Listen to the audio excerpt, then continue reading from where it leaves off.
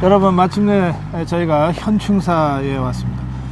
이게 저 국민학교 다닐 때 수학여행도 한번 왔던 기억이 있고, 그런데 그때는 조금 이렇게 아주 넓고 시원시원하지 않았거든요. 한 10여 년 전입니까? 이렇게 단장한 데가? 네. 예. 뭐 몇 년 안 됐습니다. 아주 현대식으로 네. 많이 깔끔해졌어요. 네. 네. 아주 멋있어요. 네. 시원시원해요. 네. 이제 저쪽에 맨 뒤쪽 편에 아마 이순신 장군 뭐 활토도 있고 뭐 그런 것 그렇습니다. 같은데, 제 기억으로요.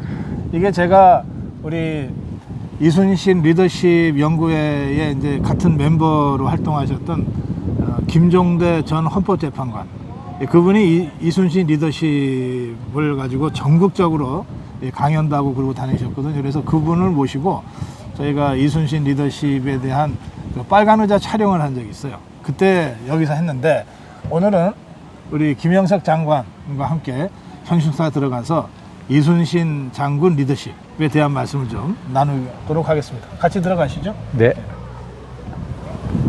저희 어릴 때는 아까도 말씀드렸지만은 논길 따라 논길 밭두렁 따라 이렇게 소풍 오던 데였는데요. 예. 그 박정희 대통령의 아드님이 박지만 예. 저희하고 학령이 같아요. 같이 이제 예. 커 나오면서 그렇죠. 학제도 바뀌었지만 77학번. 네, 학령도 같고 한데 이 학제가 중학교, 고등학교 계속 바뀌었잖아요. 네. 근데 아산 지역은 우리 박정희 대통령의 그 국민적인 영웅을 만들겠다는 예. 그러한 비전이나 그러한 사상이 잘 스며드는, 정말 우리 아산 분들에게는 참 감사하고 의미 있고 또 역사적으로도 충분히 가치 있는 예. 그런 자리라고 생각합니다. 네. 근데 우리 장관님이 이순신 장군 리더십, 네. 여기 무료 입장이군요. 네, 무료로 바뀌었어요. 네. 잘했네. 네. 그 리더십에 대해서 관심을 갖게 된 동기는 어디 있어요? 제가 저희 아버님이 저보고 물가에 가지 말라고 그렇게 당부했는데도 제가 이상하게 어릴 때부터 저희 원래 선친의 고향이 이 현충사 뒷산 넘어 은봉이라는 지역이거든요. 예. 이순신 장군 묘소도 그쪽에 있고 해서 네. 어릴 때부터 이순신 장군님 묘소를 저 혼자 많이 다녔습니다. 그리고 사색도 하고 결단을 내리기도 하고 했는데, 네. 아무튼 이순신 장군님에 대해서 저희 국민들도 마찬가지지만은 우리 아산 사람은 좀 유별나죠. 우리 여수 통영도 마찬가지입니다만은. 예. 그래서 늘 공부도 많이 하고 했습니다만은, 제가 해양수산부에 처음에 발을 디딘 이후로 네. 우리 바다의 영웅이신 우리 이순신 장군님과 또 완도의 장보고 대사님에 대해서 좀 많이 공부를 하게 됐어요. 예. 제가 특히 이제 한때는 이제 이 순천향 대학교에 인순신 연구소가 있어요. 예. 그쪽 초청에 의해서 이순신 장군님 그 리더십에 대해서 강의를 좀 매 학기마다 한동안 한 적이 있었고요. 네. 그리고 이순신 장군님의 리더십은 정말 독창적이고 독특한 리더십이에요. 네. 제가 행정학 그리고 경영학을 이렇게 리더십에 대해서 공부를 좀 하고, 네. 미국에서도 대학원 과정에서 리더십에 대해서 공부를 했습니다만은, 기존의 X이론이나 Y이론 또는 이 환경이론이나 뭐 이런 것과는 매우 다른 아주 독창적인 이 서번트 리더십이라는 네. 서번트 리더십, 그리고 굉장히 헌신적이고 겸양이 있고 또 완벽주의자고, 어떻게 보면 짐 콜린스가 네. 굿 투 그레이트라고 그래서 좋은 기업에서 위대한 기업으로, 예. 좋은 기업을 넘어 위대한 기업으로라는 책에 나오는 그러한 독창적인 제5의 리더십이 굉장히 근접한 그러한 리더십이거든요. 그래서 과학적이면서도 완벽주의자이고 또 겸양과 헌신, 희생이 강조되는 그러한 독창적인 리더십, 이 창조적인 소수들이 갖는 그러한 리더십을 시연하고 있어서 아주 네네. 서번트 리더십이라고 하는 거는 이제 경영학에서도 네. 최근에야 나온 건데 예, 예. 그걸 우리 500년 전에 이순신 장군이 네. 그걸 실제로 구현했다. 예, 그렇습니다. 어허. 아주 저희들 이순신 리더십 연구에서 주목하고 있는 부분이 네. 그 서번트 리더십의 상당한 부분은 우리 이순신 장군님에게 그대로 부합하는 리더십이라고 생각을 합니다. 네. 그 서번트 리더십이라면 구체적으로 이순신 장군의 행적에서 어떤 네. 대목을 꼽을 수 있을까요? 아주 백성을 사랑하고 예. 항상 겸손하고 그러면서도 헌신과 희생을 바탕으로 해서 자기 몸을 불사르는 그러한 서번트적인 예. 형태가 너무 그 난중일기에도 잘 나타나 있지만 자기를 구박하는 그러한 조정의 임금이나 그 조정의 신하들의 거기에 질투에도 불구하고 예. 이분은 그야말로 철저한 훈련과 준비 진짜 그리고 질투가 많았던 것 같아요. 질투가. 아주 많았습니다. 이게 전쟁 영웅이라는 것은 전투 한 번에도 영웅으로 급부상하고 그렇죠. 그것을 바라보는 조정이나 정적들이나 임금의 입장으로는 그 질투심이라는 것이 참 불가피했던 경우 아닐까요? 옛날 트루만 대통령이 메가더를 바라보는 심정과 비슷하지 않았을까요? 아주 비유가 적절하네. 근데 사실 전장에 나간 장수가 네. 한 번, 두 번 승리하기 쉽지 않거든요. 네. 근데 이순신 장군은 지금 해전으로만 23전 23승이에요. 예, 예, 예. 이거는 뭐 정말 인간의 범위를 넘어서는 거예요. 23전 23승.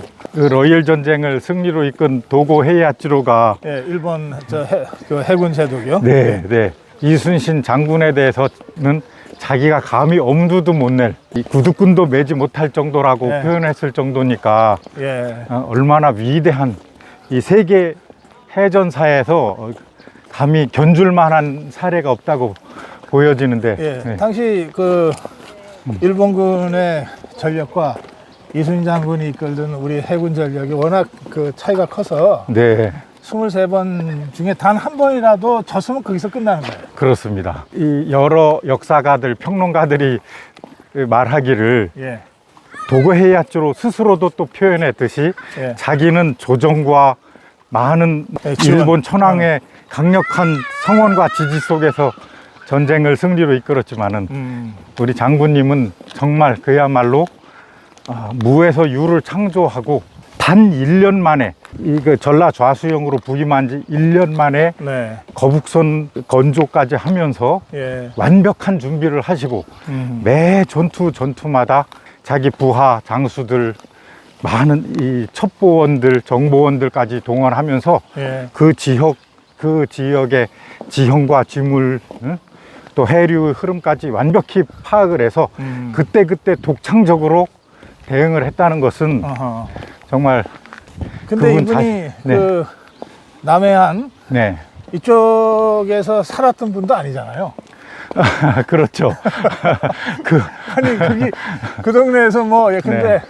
한 최소한 한 10여 년간 무슨 어부를 했다든지 그러면 네. 해류나 뭐 물속 지역 같은 건 알겠지만 그런 것도 아니거든요. 네. 그냥 임명에 가서 연구해가지고 또 우리 주민들로부터 네. 정보를 데이터를 수집해서 예, 예. 그렇게 해서 작전 짠 거예요. 원래 사람들이 육군 출신이라고 이렇게 표현하는 사람들도 맞아요. 있습니다만은 육군 출신이지. 예. 이 옛날에 만호라는 타이틀을 잠깐 네. 한 적이 있었습니다만은 예. 실제로는 전라 좌수영으로 무려 7계단을 상승해서 관직을 받을 때부터 아하. 단 1년 만에 그와 같이 완벽한 준비를 했다는 것은 정말 우리 서해 유성룡께서 어른께서 예. 이렇게 표현했듯이 정말 기적 같은 일이라고 할 수밖에 그렇죠. 없습니다. 지금 저 서해 선생 말씀하시니까 네, 예, 서해 없는 이순신 없고 네, 이순신 없는 서해 없다. 그런 말씀들을 나중에 우리 저 역사학자들이 네. 합니다. 예, 예, 예. 유성룡의 가문에서도 이제 이순신 장군님과 더불어서 유성룡에 대한 평가도 다시 이루어져야 된다고 이렇게 네. 생각들을 하고 계신 것 같아요. 그- 징비록에서 아무튼 대단한 예. 이순신 장군님에 대한 그 모든 전쟁 발발서부터 이 장군님 돌아가실 때까지를 상세히 서해 류성룡 선생은 저는 조선 600년 역사상 가장 뛰어난 정치인이었다 이렇게 평가하는데요. 네, 그 재밌는 게 말이에요. 이순신 장군이 남긴 난중일기, 예, 서해 선생이 남긴 징비록, 예, 그게요. 저는 시저가 남긴 갈리아 전기, 예, 또 처칠이 남긴 2차 대전 회고록, 맞습니다. 그러니까 전쟁의 당사자들이 그 전쟁을 직접 기록하는 거죠. 네, 그런데 처칠의 2차 대전 회고록은 노벨 문학상을 받을 정도로 그렇죠. 네, 정말 품격 있는 책이거든요. 전 갈리아 전기도 그렇다고 봅니다. 예. 그래서 안녕하세요. 안녕하세요. 혹시 저희들 만나러 오신 건 아니고? 유튜브에 계속 보고 예. 안녕하세요. 예, 여기 우리 반갑습니다. 김영석 네. 장관님, 우리 오늘 같이 투어하고 있어요. 안녕하세요. 예. 그거 많이 안녕하세요. 어디 아이고, 아주 좋아 보입니다. 잘 쉬었다 가세요. 네. 그 제가 우리 후배들한테 꼭 읽어라. 시저의 갈리아 전기, 네. 처칠의 2차 대전 회고록과 같은 수준으로 네. 난중일기와 징비록을 봐야 된다. 그렇게 얘기들 합니다.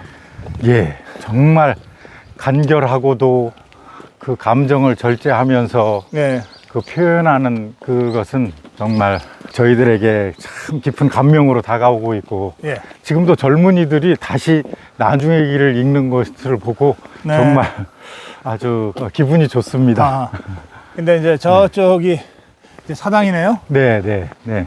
사당이 보이는 이쯤에서 앉아서 우리 리더십 얘기 좀 하죠.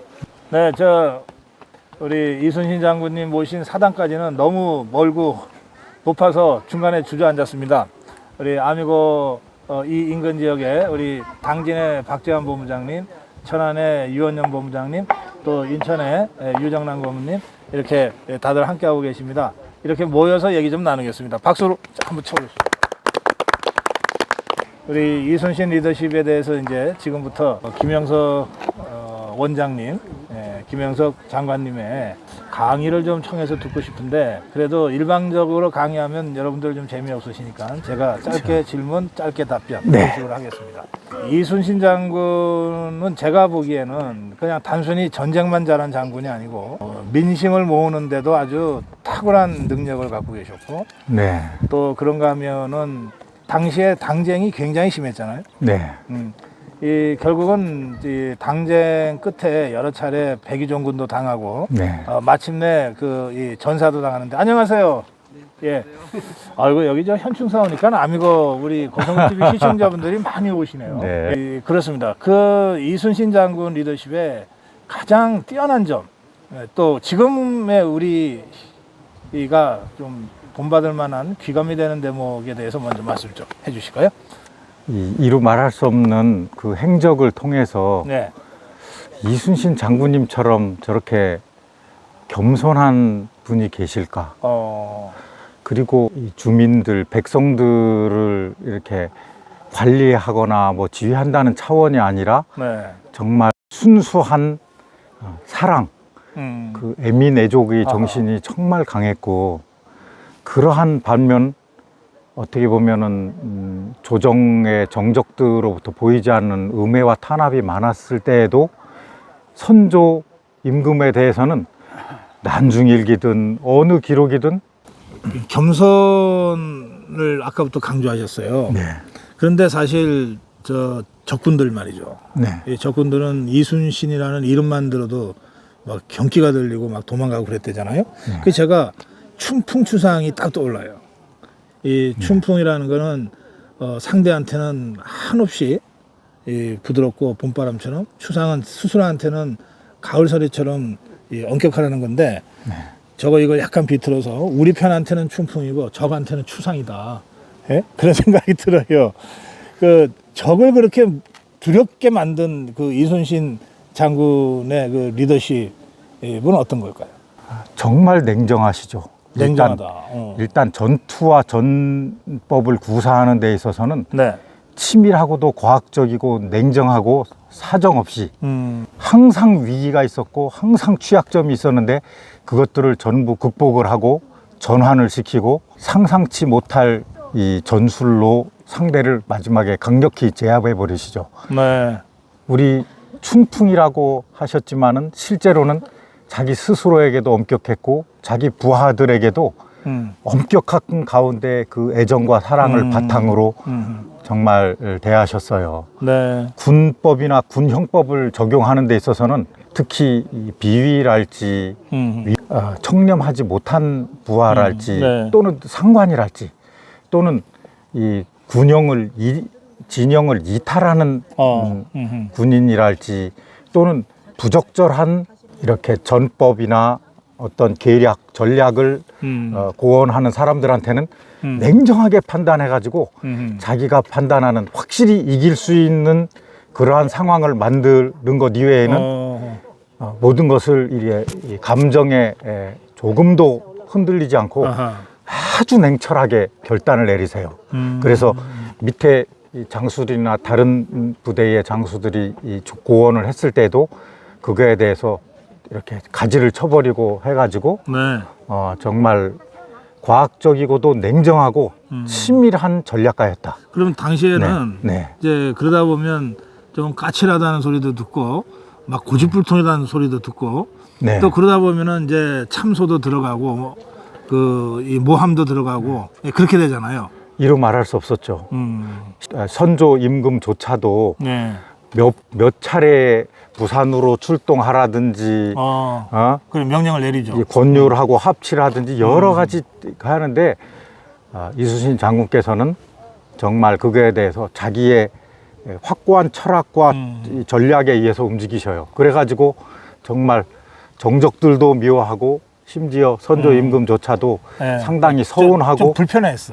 서운함을 넘어서 정유년에는 이 고니시 육기나가의 반간계에 넘어가 가지고 결국은 또다시 거의 사형에 이르는 엄벌에 처하도록 지시도 내렸고 그것이 증명되지 못하니까 백의 종군을 시켰고 정말 그래. 그 여러 번의 이제 위기예요. 네. 전쟁의 위기일 뿐만 아니라 이제 정치적 위기, 네. 또 반관계까지 말씀하셨는데 네. 그 위기마다 이순신 장군을 구한 사람이 류성룡, 네. 당시 좌의정 또 영의정. 네.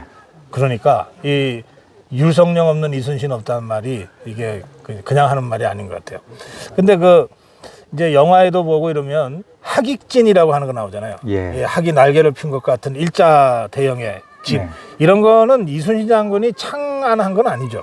예전부터 있던 이제부터 병법 중에 예. 하나였죠. 그것을 아주 창조적으로 적용을 했다는 것이고 그것을 러일 전쟁을 이긴 도고 헤이아치로도 그대로 그걸 또 이렇게 본다 벤치마킹해요? 벤치마킹을 해서 러시아 함대를 격침합니까? 그렇습니다. 네. 네. 그것이 우리 일본은 주로 첨삭선이거든요. 예. 이 배 아래가 굉장히 뾰족하고 뾰족하죠. 속도를 중시하지만은 이 대형 중형 무기를 활용할 수 없는데 우리는 평저 그 선이라 가지고 그 일본 그 경우에는 그런 네. 것 같아요. 이것들이 다 외구 노적질 해적하던 그 에서 나오니까 이것들은 되게 상대방 함선에 뛰어 올라가 갖고서 칼싸움으로 제압하는 게 주 그렇습니다. 전략이었어요. 그러니까 빨리 가고 신속하게 기동하고 밧줄 던져 가지고서 배를 접근시킨 다음에 뛰어 올라서 이제 칼싸움을 하는 그 전략이니까 이제 배가 그런 형태가 됐고 이제 우리 배는 어떻게 이제 판옥선인데요.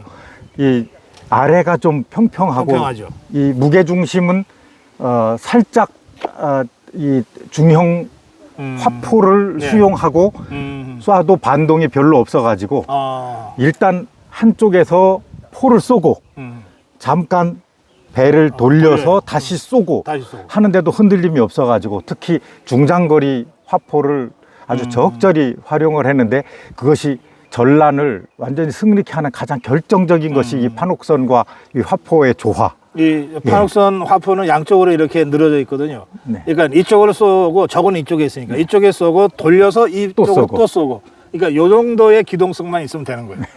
우리 한산 대첩에서도 예. 그랬고 이 뒤에 명량 대첩이나 이런 데서 네. 다 나오지만은 마지막 순간까지 기다렸다가 이제 준비가 충분히 돼서 우리 충분한 사정거리가 확보될 때 어허.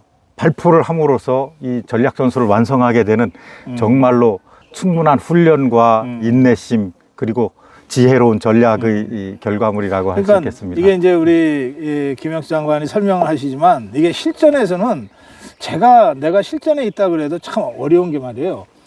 이제 충분히 이제 우리 그 화포들의 사정거리 안으로 끌어들여서 쏴야 되는데 저쪽에서는 막 저 해적 같은 것들이 막 칼을 휘두르면서 달려드니까 아무래도 겁도 좀 나고 그러지 않겠어요? 그러면 사정거리 안으로 충분히 끌어들이기 전에 발사 명령을 내리게 돼요. 네. 그러면은 쏴봤자 그쪽으로 가지를 못하고 중간에 떨어지니까 그러면 그 다음 발사할 때까지 시간이 걸리거든. 그 사이에 빠른 속도로 다가와서 우리가 당하는 거거든.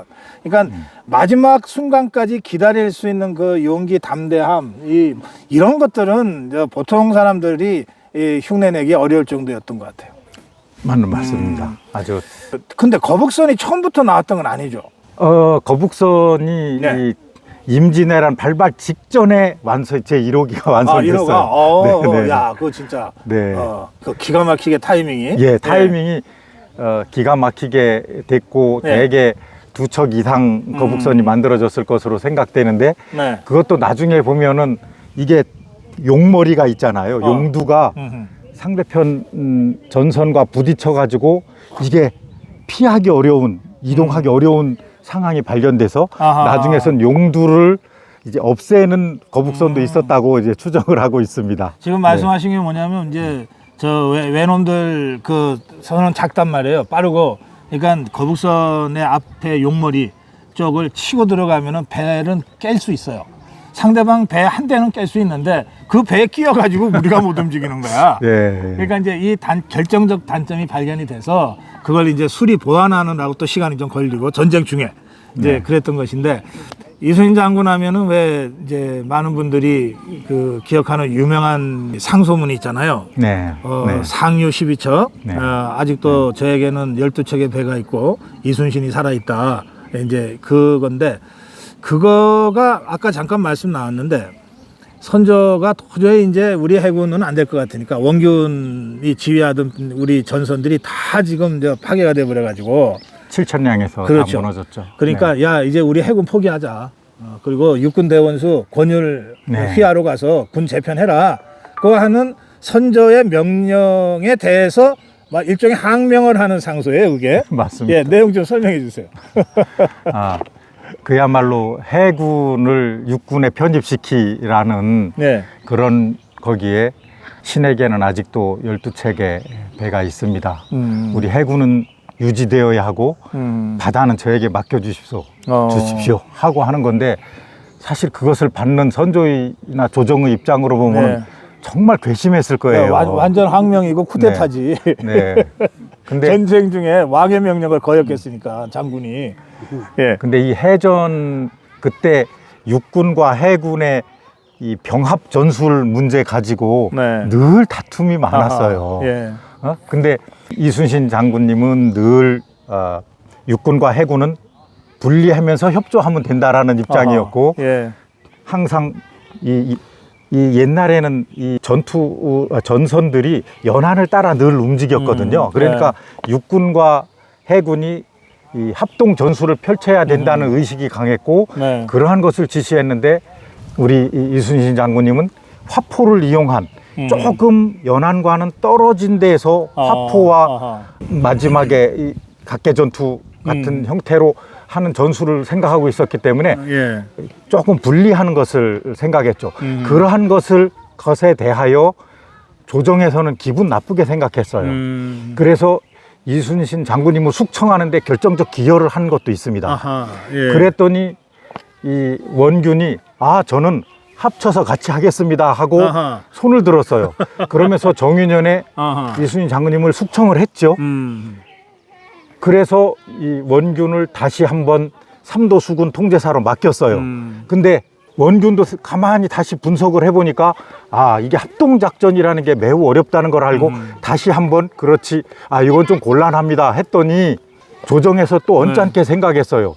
그걸 알고 권율 장군이 원균 장군을 불러다가 네. 아, 볼기짝을 때린 것 아닙니까? 그래요. 그래서 매우 심하게 분노한 원균이 다시 작전으로 나가갔다가 그만 예. 아. 그러니까 흥분해서 예. 흥분한 상태에서 예. 전투를 칠천량 해전을 그러다가 치르면서 예. 이 우리의 해군의 전멸하는 그런 결과를 초래했다는 것이 참 그래요. 안타깝습니다. 그러니까 이제 우리가 임진왜란을 얘기하면서 이제 권율 장군이 이제 도원수, 그러니까 최고 사령관이에요. 이제 뭐 행주 대첩이라든지 이렇게 해서 권율 장군을 높이 평가하지만 또 당시는 이제 우리 해군은 의도적으로 별로 키우지를 않았어요. 왜냐하면 바깥에 나가는 걸 별로 싫어해가지고 그냥 왜구들이 그 일본 해적들이 쳐들어오는 거 막는 정도면 되지. 이제 이래서 사실은 육군 중심의 편제가 다 돼 있었거든요. 그러니까 그런 그 군 간의 그 알력이라든지 이런 것들까지 작동을 해서 이순신 장군이 정말 객관적인 전력에서도 절대적으로 불리했지만 우리 내부 사정에서도 굉장히 불리했어요. 이제 그런 상황에서 두 차례나 백의종군 당하고, 그러니까 이등병도 아니에요. 그냥 계급이 없는 거야. 학도의용봉처럼 계급이 없는 상태로 쫄병으로 가다가 그냥 죽으면 죽어라 이거거든. 이제 그런 두 번의 백의종군을 당하면서 이 임진왜란을 승리로 이끌어내거든요. 자, 그런데 사실 많은 분들이 이제 그 맨 마지막 대목이요. 마지막 대첩이 노량해전이죠. 노량해전은 이제 전쟁이 끝났어. 일본이 졌어요. 그래서 이제 퇴각하는 거예요. 퇴각하는 적을 향해서 마지막 한 놈까지 내가 살려놓을 수 없다. 이래가지고서 붙은 전쟁이거든요. 그 마지막 전투에서 이제 전사하시는데 그때 이순신 장군이 그렇게까지 이게 이제 결사적으로 막아야 될 전쟁이면 사령관이 그렇게 할 수 있지만 해야 되지만 도망가는 놈들 마지막으로 경멸하는 전쟁이니까 굳이 그렇게 자신을 전면에 드러낼 필요가 없었을 텐데 그런데 자신을 전면에 드러내고 결국은 이 적의 이 총에 맞아서 이제 순국하셨는데 그걸 스스로 죽음을 선택했다. 그때까지 벌어진 수많은 이 전쟁통에도 끊이지 않았던 그 정쟁의 구도를 이순신 장군이 모를 리가 없었고 그래서 차라리 전장터에서 명예롭게 내 장수로서의 인생을 끝내겠다. 거의 스스로 선택하듯이 그렇게 한 것 아니냐. 이런 해석들이 그 후에 계속 제기됩니다. 그 점에 대해서는 우리 김영석 장관은 어떻게 생각하십니까? 그 점에 대해서 네. 우리 이순신을 연구하는 사람들 간에도 네. 많은 이견이 있습니다. 그게 그 노량해전이 발발 일어났던 곳은 지금의 여수 광양으로부터 남해 대교 그 아래에 있거든요. 거기가 이제 이 관음포 지역에서 이렇게 발생을 했는데 그때 진린 제독이 조금 성급하게 깊숙이 들어갔어요. 그죠, 명나라 진린이 지원군. 조금 깊이 들어갔는데 이제 그것을 구조하기 위해서 이순신 장군님이 급히 이동을 했죠. 상당히 좀 위태로운 시기였는데 그 진린이 그렇게 들어간 이유가 네. 이자가 명예 황제의 명령을 받고 지원하라고 나왔는데 전투를 거의 안 하거든요. 그러니까 뭐 이제 돌아갈 때가 다 된 것 같은데 전쟁은 끝나가고 뭐 지가 황제한테 갖다 바쳐야 될 무슨 정과가 있어야 되잖아. 그러니까 이게 도망가는 놈들 이제 뒤로 가서 잡으면 이제 지 정과가 되니까 사실 그런 것 때문에 이자가 쓸데없이 깊이 들어가는 바람에 이제 그렇게 된 상황이에요. 이제 그 상황에서 그런 상황이고 근데 정치적으로 보면은 그 당시 홍의 장군이던 곽재우랄지 또 김덕령 같은 분들이 조정으로부터 사실상 숙청을 당하는 상황이어서 네. 유독 그때 이 실록이나 뭐 난중일기 등을 살펴보면은 네. 유독 의병장들이 평가를 받지 못하고 그래요. 나중에 이 상훈을 받는 데서도 소외된 점이 많았습니다. 의병장들 같은 경우 말씀드렸듯이 곽재우나 김동령 같은 분들이 죽음으로 이르거나 은둔 생활로 이르게 네. 되는 그런 상황이었고, 아세요? 노량해전이 일어나고 돌아가신 그날 우리 서해 유성룡도 파직을 당하는 날이었어요. 같은 날 파직. 그 당시 조정의 정치 상황을 감안을 하더라도 이순신 장군님께서 죽을 각오를 마음속에 두었던 것 아닌가에 대하여 저는 왜죠? 우리 저하고 같은 우리 이순신 연구에 계신 분들도 그건 아니다라고 여러 가지 이렇게 증거를 갖고 말씀을 하시는데, 저는 심정적으로 스스로 죽음을 택하셨을 것 같다. 그때 돌아가시지 않았으면은 예. 어차피 그때는 이 도요토미 히데요시가 이미 죽어가지고 죽은 다음이에요. 예. 죽고 이 순천 지역 근처에 외성이 있었고 거기에 집결했다가 이제 돌아가는 상황이었거든요. 그렇습니다. 도망가는 상황. 예. 근데 이 장군님께서는 죽을 각오를 하고 왜군들을 척결을 하기 위해서 몸을 희생한 그래요. 그러한 정황으로 볼 때 저는 왜죠? 만일 이순신 장군님께서 그때 살아나셨으면은 얼마나 많은 또 다른 의미의 고초를 받으셨을까 하는 그런 것까지 염두에 두면서 저는 죽음을 각오했다라는 생각도 저는 하고 싶어요. 그래요. 그 당시에는 스마트폰이 없어가지고요. 이순신 장군이 전사하실 때 유성룡 이제 5살 위의 형인데 그 유성룡이 파직당한 걸 몰랐고, 또 유성룡이 영의정에서 파직당할 때 바로 그날 이순신 장군이 전사했다는 걸 몰랐어요. 근데 그게 이제 역사의 참 그 운명적인 만남 같아요. 그 같은 날 전쟁의 두 영웅. 유성룡은 파직당해서 그 후로 다시 벼슬길에 오르지 못합니다. 또 본인이 벼슬길에 나가지 않아요. 그리고 이순신 장군은 이제 전사합니다. 이제 이런 대목을 이제 연구하면서 공부하면서 참 이제 이 유성룡과 이순신이라는 두 우리 거인들의 큰 발자취 이런 것들을 이제 다시 생각하게 되는 거예요. 여러분 지금 저희가 충청남도 아산시에 있는 이순신 장군을 모시고 있는 현충사, 이제 사당이니까 현충사라고 붙였는데요. 현충사 사당 앞에서 우리 김영석 해수장관, 전 해수장관과 또 우리 아미고 회원들과 함께 이순신 리더십에 대해서 이모저모 좀 짚어봤습니다. 이순신 리더십은 워낙 사실은 방대합니다. 워낙 한두 마디로 취각하기 어려운 큰 거인이었기 때문에, 그런데 오늘 이 자리는 아산시 기행을 하는 자리라서 여러분들이 잘 아시는 그 몇 대목을 중심으로 해서 저희가 말씀을 좀 들어봤습니다. 자, 가시죠. 김영석 화이팅! 고성국 화이팅!